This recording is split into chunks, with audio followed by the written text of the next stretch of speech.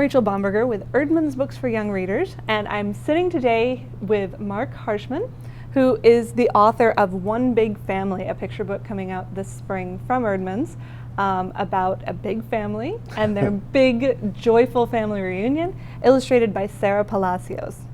Welcome, Marc. Thank you, Rachel. I want to start by asking you just about the book. How did you come up with this lovely little story of a loving family? I think my favorite memory as a child is going to a family reunion.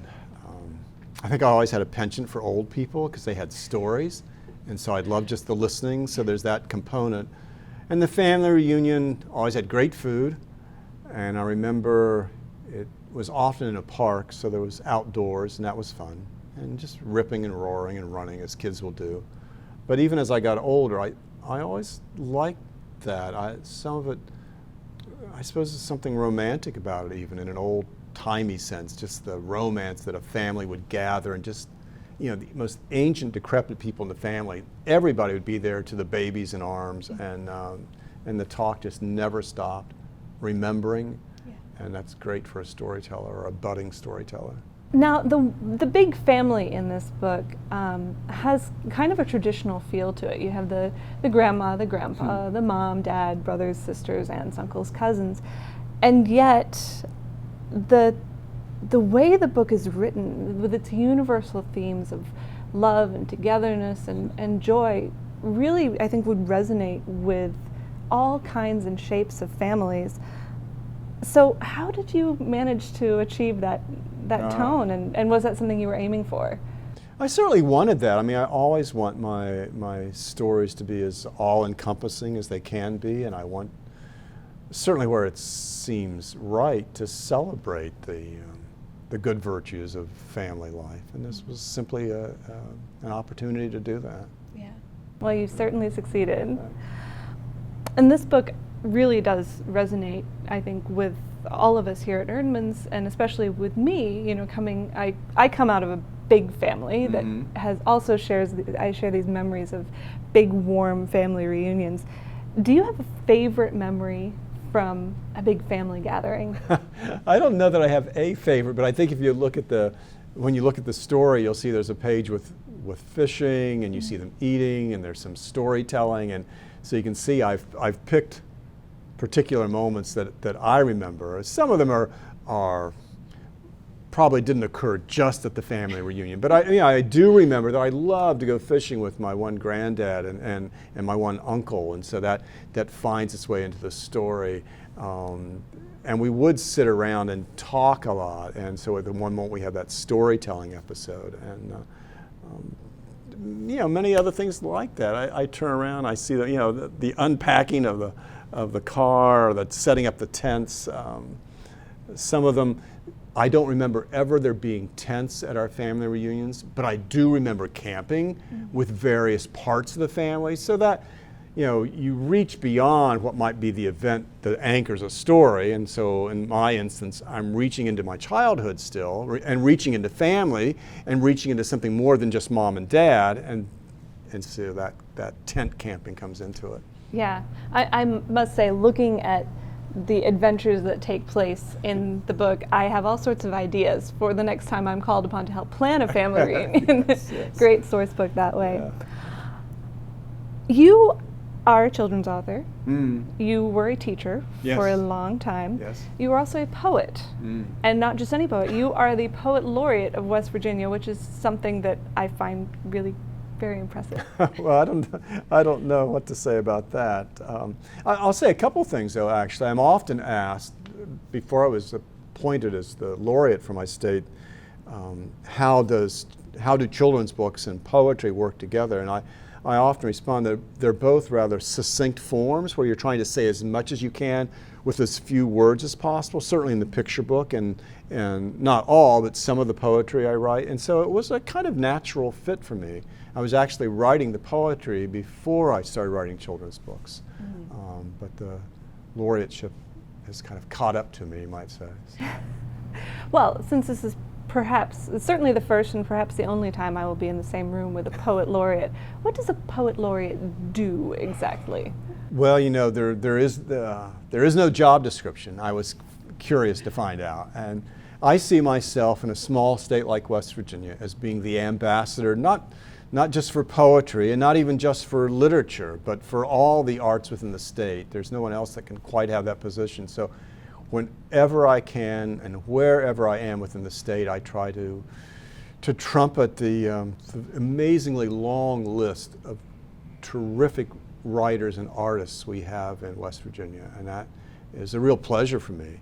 And also a pleasure to go into schools and have the opportunities to read my children's books, as I will be reading One Big Family soon, and to also read and share poetry.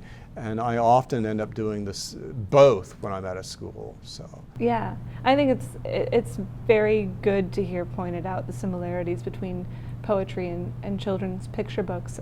There's this sort of old stereotype that a picture book must be easy to write because it's so short and often so simple.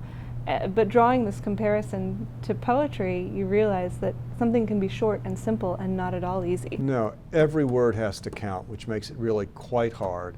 And the shorter the book, the more difficult. I mean, a book like One Big Family really was really tough to write because there's not, as you see, there's not a lot of text on each page, which means that those words become ever more important in my choosing and hearing. I mean, that's one thing that comes into play as a poet is I hear the text, whether it's a children's book or a poem, and there has to be a kind of music there in the language, and so it makes it tough. You're right. Yeah. You're right.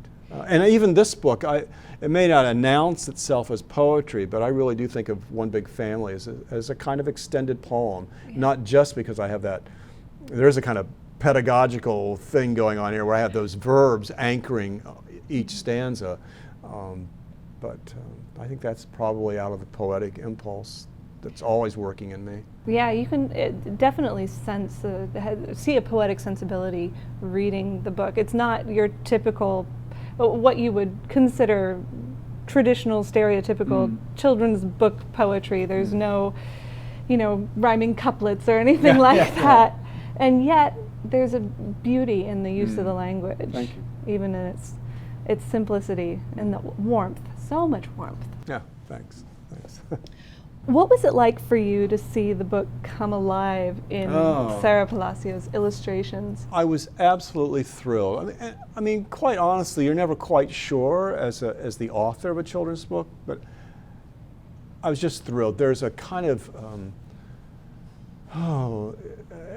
ebullient joy that's feeding these illustrations that I cannot help but think would be delightful for children, endearing to their parents, and I can't imagine a finer match. I'm really quite grateful for Sarah's terrific work here. Yeah. So are we. Yeah, good. I presumed you were. Do you have a favorite moment in the book? Oh, well. Because I do, but I'm going to see if yours and mine are the same. Well, I suppose there's a kind of sentimental moment. They go boating, they go camping, storytelling, playing games and piano, and well, there's this moment where the little boy is leaping off the rope or the vine into the river or the lake. I like that. Yeah. And that reminds me, the swim into the run. I was at a camp once. Can I tell this story? Oh yes, please do. I was at a camp where we had inner city children in the country for a week at this camp, and we had gone down to the stream, and there were these big ropes and vines, and we were swinging out over the river. It was great fun and probably a little too dangerous. Sounds like but paradise. some boy, as only a young boy can, got himself into a hornet's nest or yellow jacket's nest, and so he was getting stung. I was, as the adult, I was all of 22, but as the adult, I was actually terrified. I thought, is this boy going to have a reaction? So the only thing I knew to do was I got that cool mud from the stream and slapped it on the bites, and we went as quickly as we could across the cornfields to get back to the camp headquarters. And lucky for me, he wasn't going to have a reaction. The mud may have made him feel better, but I'm sure it wouldn't have prevented a disaster. But that's where those two stanzas come from. But the favorite moment, though, Sarah's capture of that boy's complete glee as he lets go of that rope into the water. That's terrific. Yeah. Kudos to Sara. Yeah, well done. I would never have guessed, by the way, that of all the moments in the book, running away from bees would have been the one that was the most autobiographical. It just seems like the sort of thing one would make up to make the story more interesting. There was a real little boy once upon a time. So. My favorite moment is where all the kids are bedded down in the living room, and I remember this very much from my own childhood and family reunions. And one little girl is drawing a mustache on her cousin in his sleep, and that rings so true. I know in my family it wasn't so much mustaches with markers as when everyone was almost asleep, there would be, you know, two troublemakers who would just start log rolling over the entire floor of bodies and wake everyone back up again. So those pranks, that is so true to what cousins do when they get together. Yep. Just fantastic. Now, in both your favorite moment and my favorite moment, the character of Cousin Tommy figures prominently. He was someone who captured our hearts, and he is only mentioned very briefly in the text, and yet he's such a larger-than-life character. Is there a story behind Cousin Tommy, or just one of those happy little moments of serendipity? I think probably a happy moment of serendipity. I mean, all I can say is I did have some mischievous cousins. And although I think they tended to be female, but that doesn't mean we can't change their gender in the story. Oh, so, certainly. right. I think mischief is very much a universal thing. Yeah. Yeah. Thank you so much, Mark, for being with us. You're welcome.